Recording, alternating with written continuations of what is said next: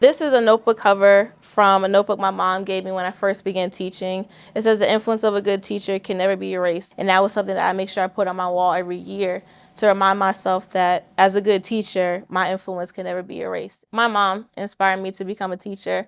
She homeschooled my sister and I from kindergarten to our 4th and 5th grade year. And seeing her passion come through her as she was teaching my sister and I inspired me to say, I want to do that when I grow up. And because she was my first teacher, it was one of those things where my mom was not just my mom, and she actually switched. Like, you could see the switch between mom and Miss Barnett, Mrs. Barnett at that time. And when we started going to school, she actually went back to school to get her master's in elementary education. So having her be my first teacher, then to see her recognize this is my calling and to go back to school to fulfill it, it inspired me a lot. So I knew that's what I wanted to do from a very early age. My students motivate me to do the work. I didn't realize the impact I had on my students being a teacher of color. I always want to make sure that whatever I say or do is positively impacting them. I think that adds another layer to my influence and my impact, and making sure that whatever I say and what I do in my classroom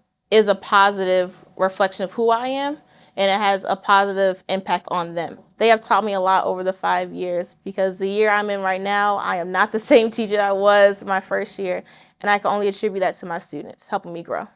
The best part about my workday is step practice. So I am the proud coach of the Scottsboro Step Machine, and we recently competed and won 3rd place. We were the only elementary school to compete, so to compete amongst middle schools, it made me super proud, and to teach them after school step routines, but also life lessons. Those are things that they can also translate from step practice to their classes.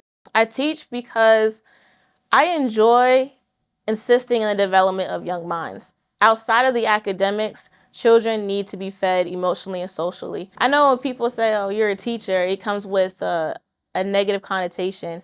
But when you're in the classroom and you're building these relationships beyond the academics, it makes you want to come here. It makes you want to teach. It makes you want to be around students. And I honestly cannot see myself doing anything else. I can't see myself being a lawyer. I can't see myself being a chef.